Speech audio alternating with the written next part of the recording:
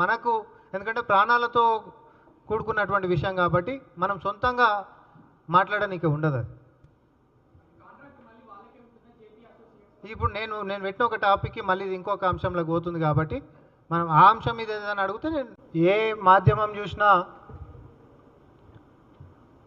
దుబాయ్లో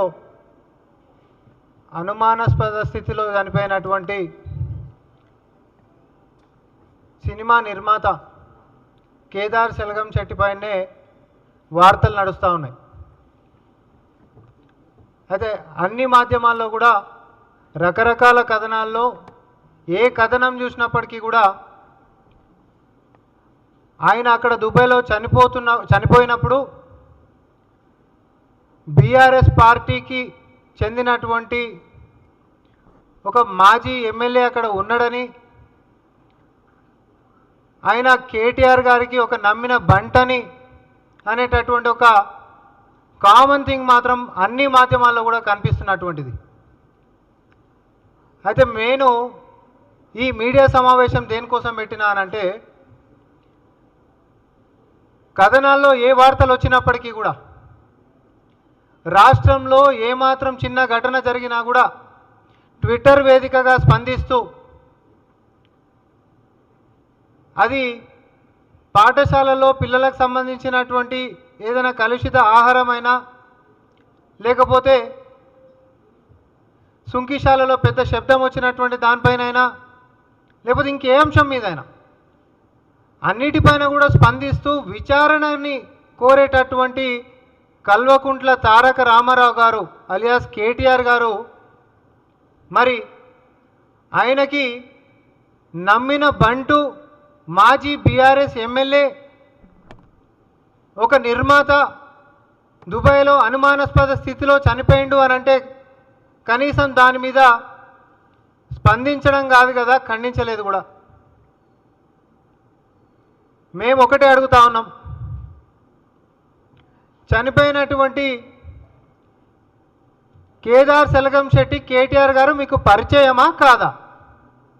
పరిచయం ఉన్నాడా లేడా? ఇది ఒకటి. ఈ మరణించినటువంటి కేదార్ మరి పోయిన సంవత్సరము రాడిసన్ డ్రగ్స్ కేసులో A4గా ఉంటున్నటువంటి వ్యక్తి అని చెప్పి నేను ఒకసారి మళ్ళా గుర్తు చేస్తా ఉన్నా. మనకు తెలుసు డ్రగ్స్ వ్యవహారం అయి ఉంటున్నటువంటి దాంట్లో A4గా ఉంటున్నటువంటి కేదార్ మరి దుబాయ్లో అనుమానాస్పద స్థితిలో చనిపోతే అక్కడ కేటీఆర్ గారికి సంబంధించినటువంటి నమ్మిన బంటులాగా వ్యవహరించేటటువంటి ఒక మాజీ ఎమ్మెల్యే అక్కడ ఉన్నాడని చెప్పి వార్తా కథనాలు వస్తుంటే దీని ఒక తీవ్రమైనటువంటి విమర్శ కిందికి, ఒక అనుమానం కిందికి తీసుకొని స్పందించాల్సినటువంటి కేటీఆర్ ఇప్పటివరకు స్పందించకపోగా, ఎక్కడ కూడా దీని ప్రస్తావన లేకుండా మరి ఆయన ట్విట్టర్ వేదిక ఉంది.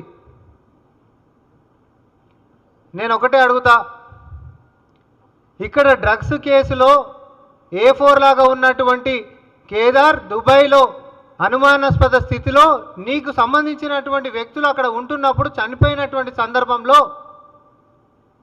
మీరు దీన్ని ఖండించడంతో పాటు దీన్ని విచారణ చేయాలి అనేటటువంటిది ఎప్పుడు మీరు చేసేటటువంటిది ఈసారి ఎందుకు అడగలేదు?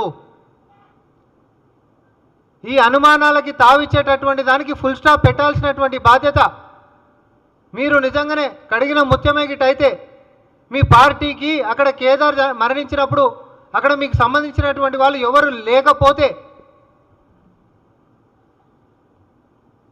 మీరు కాకుల లెక్క కాదు హంసల లెక్కనే గిట్ట ఉంటే ప్రభుత్వాన్ని విచారణకి కోరండి, మేము మీకు సహకరిస్తాము.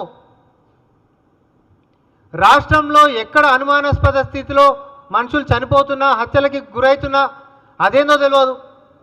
చుట్టూ తిరిగి అనుమానాలు కాదు మరి డాట్స్ కనెక్ట్ చేస్తే అక్కడిక్కడ పోయి కేంద్రీకృతమై కొంతమంది దగ్గరికి వస్తూ ఉన్నాయి.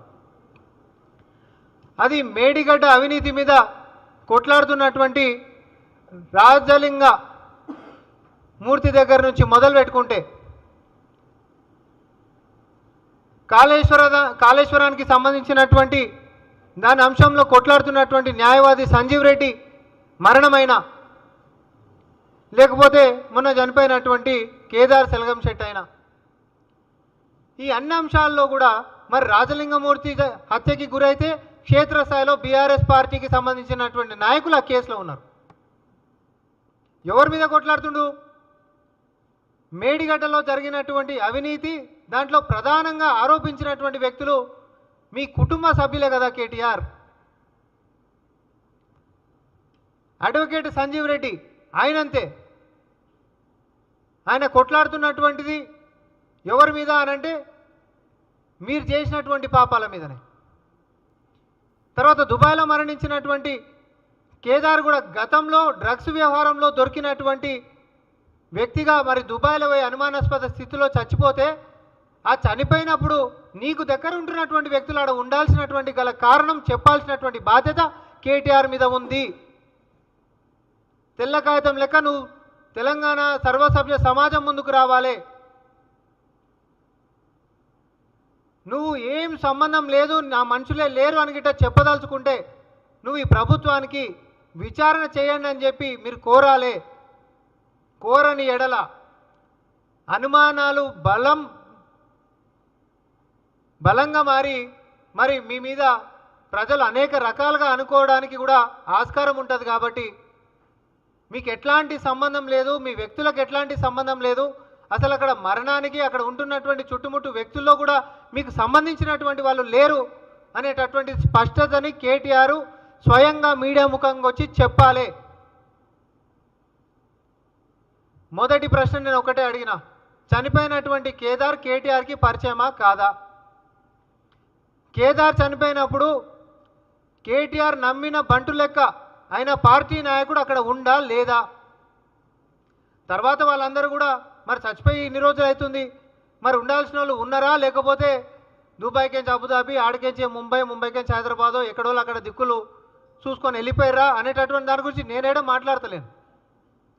కానీ అక్కడ జరిగినటువంటి ఘటనకు ఆయన మరణానికి గలటువంటి కారణాలు, అక్కడ ఉంటున్నటువంటి వ్యక్తులు, వారి యొక్క సంబంధాలు మరి బీఆర్ఎస్ పార్టీకి ఏ రకంగా ఉన్నాయి, ఏ రకంగా లేవు అనేటటువంటి స్పష్టత కేటీఆర్ గారు తెలంగాణ ప్రజలకి ఇవ్వాల్సినటువంటి బాధ్యత ఉంది. ఈ వరుస క్రమంలో జరుగుతున్నటువంటి హత్యలైన అనుమానాస్పద స్థితిలో చనిపోతున్నటువంటి మనుషులకు సంబంధించినటువంటి అన్ని వ్యవహారాల్లో కూడా నువ్వు ఒక శ్వేతపత్రం విడుదల చేసి ప్రభుత్వానికి విచారణకి కోరుకుంటూ మీరు ఎప్పుడైతే ముందుకు వస్తారో ఈ యొక్క అనుమానాలని నివృత్తి చేసినటువంటి వాళ్ళు అవుతారు. ఎందుకంటే నిజాలు ఏందనేటటువంటిది ఈ ప్రభుత్వం బాధ్యత తీసుకొని మేము తేలుస్తాం. కాబట్టి అందులో మీకు ఏం సంబంధం లేకపోతే ఏం సంబంధం లేదనే వస్తుంది. మీకు ఏదైనా గిట్ట సంబంధం ఉన్నట్టు అనుమానాలు వ్యక్తం చేసుకుంటే కథనాలు ఏవైతే వచ్చినాయో మీరు గిట్ట ఏం అడగకపోతే మాత్రం ఆ కథనాలు మొత్తం నిజం అనుకునేటటువంటి ప్రమాదం ఉందని చెప్పి నేను హెచ్చరిస్తా ఉన్నా.